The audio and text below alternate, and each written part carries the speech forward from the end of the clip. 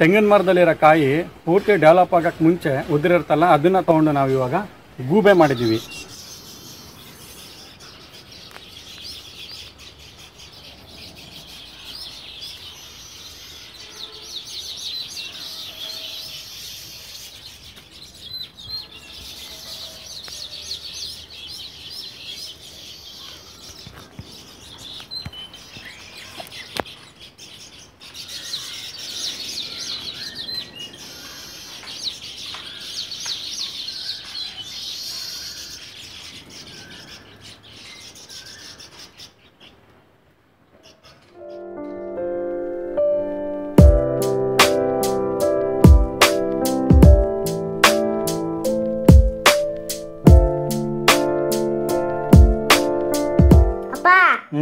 ಇದು ಬಂದಿತ್ತಲ್ಲ ಅದ್ರ ಮರಿ ಎಲ್ಲಿತ್ತ? ಮರಿಯಾ? ಮರಿ ಬೇಕಂದ್ರೆ ಈಗ ಮತ್ತೆ ತೆಂಗಿನ ಮರದ ಕೆಳಗೆ ಹೋಗಿ ಮತ್ತೊಂದು ಕಾಯಿ ಬಿದ್ದಿತ್ತ ನೋಡಿ ಬರುವ ಬಾ. ಬನ್ನಿ ಬನ್ನಿ ನೋಡ್ಬಾ.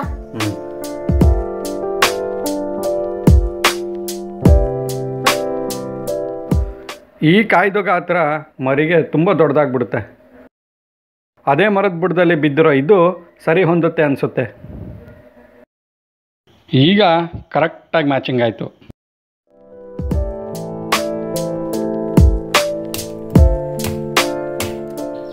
ಇಯರ್ ಬಡ್ದು ಪ್ಲಾಸ್ಟಿಕ್ ಟ್ಯೂಬ್ನ ಕಟ್ ಮಾಡಿಕೊಂಡು ಅದನ್ನು ಹೀಗೆ ಫೆವಿಕ್ವಿಕ್ ಹಾಕಿ ಕಾಲುಗಳ ಭಾಗದಲ್ಲಿ ಮತ್ತು ಅದರ ತಲೆಯ ಭಾಗದಲ್ಲಿ ಅಂಟಿಸ್ಕೋಬೇಕು.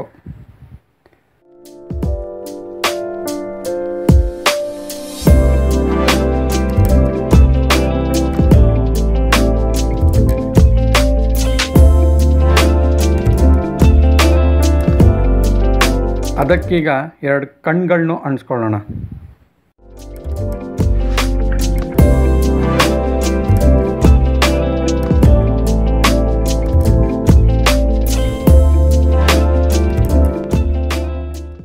ಈಗ ಆಲ್ರೆಡಿ ಅಂಟಿಸಿರೋ ಅದರ ರೆಕ್ಕೆಗಳನ್ನ ಮತ್ತೆ ರಿಮೂವ್ ಮಾಡಿ ಅದರ ಬಾಟಮ್ ಸೈಡ್ಗೆ ಬರೋ ಹಾಗೆ ಈ 5 ರೂಪಾಯಿ ಕಾಯಿನ್ನ ಅಂಟಿಸ್ಕೋಬೇಕು. ಇದು ತುಂಬ ಇಂಪಾರ್ಟೆಂಟು.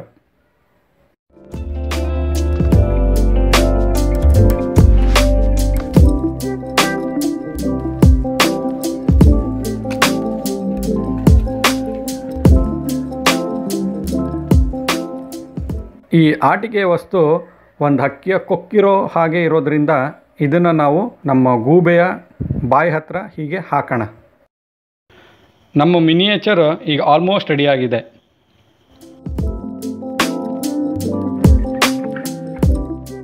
ನಾವೀಗ ಬಲಭಾಗದಲ್ಲಿರೋ ಈ ಟ್ಯೂಬ್ ಮೂಲಕ ದಾರನ ಪಾಸ್ ಮಾಡಿ ಅದರ ತಲೆಯ ಮೇಲಿರೋ ಟ್ಯೂಬ್ ಒಳಗಿಂದ ತಗೊಂಡು ಹೋಗಿ ಎಡಭಾಗದಲ್ಲಿರೋ ಅದರ ರೆಕ್ಕೆಗೆ ಫಿಕ್ಸ್ ಮಾಡ್ಕೋಬೇಕು.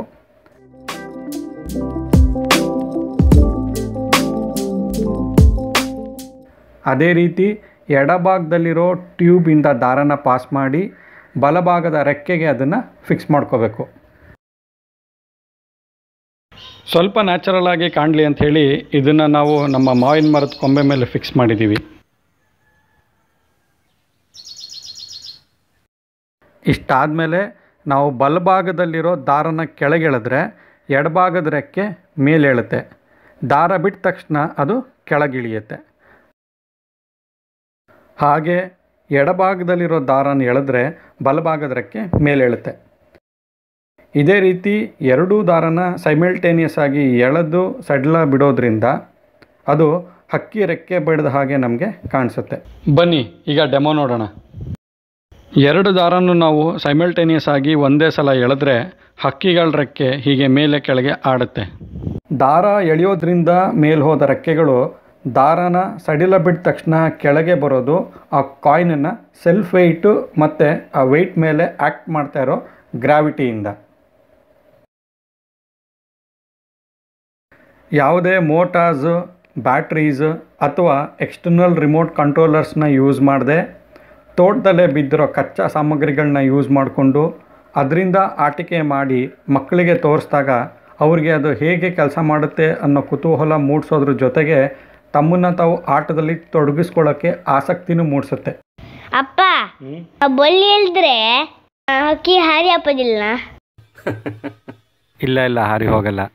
ಅಷ್ಟಲ್ಲದೆ ಮಕ್ಕಳು ಯಾವಾಗ ಒಂದು ಚಟುವಟಿಕೆಯ ಸಂಪೂರ್ಣ ಭಾಗ ಆಗಿರ್ತಾರೋ, ಅಂದರೆ ರಾ ಮೆಟೀರಿಯಲ್ ಅಕ್ಯುಮುಲೇಷನಿಂದ ಹಿಡಿದು ಅದರ ಕನ್ಸ್ಟ್ರಕ್ಷನ್, ಡೆವಲಪ್ಮೆಂಟ್ ಆ್ಯಂಡ್ ಕಂಪ್ಲೀಷನ್ ಮತ್ತು ಅದರ ಆ್ಯಕ್ಷನ್ವರೆಗೂ ತಮ್ಮನ್ನು ತಾವು ತೊಡಗಿಸ್ಕೊಂಡಿರ್ತಾರೋ, ಆಗ ಅವರಿಗೆ ನಾವು ಒಂದು ಅಡಾಪ್ಟಿವ್ ಲರ್ನಿಂಗ್ನ ಟೆಕ್ನಿಕ್ನ ಹೇಳ್ಕೊಟ್ಟಂಗಾಗತ್ತೆ.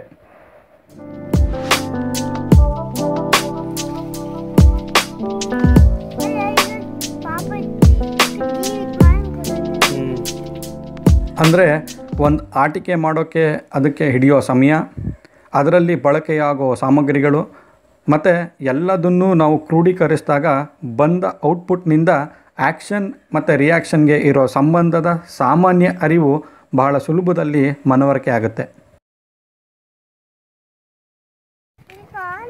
ಎಂತಾಯ್ತಾ? ಕೈ ತೆಗಿ. ಇದೆಂತ?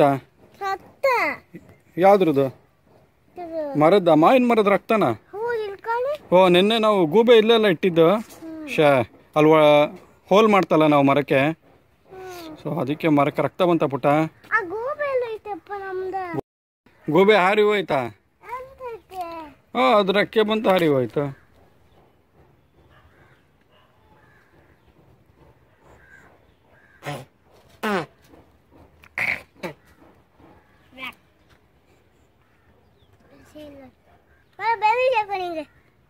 ಸಾರಿ ಹೇಳು ಮರಕ್ಕೆ. ನಂದು ನನ್ನ ಕಡೆಯಿಂದನ ಸಾರಿ. ಬಾಯ್ ಹೇಳು. ಯಾರಿಗೂ ನಾವು ಮಾರೋದಿಲ್ಲ, ನಿಂಗೂ ನಾವು ಮಾರೋದಿಲ್ಲ. ಓಕೆ, ಗುಡ್ ಪುಟ.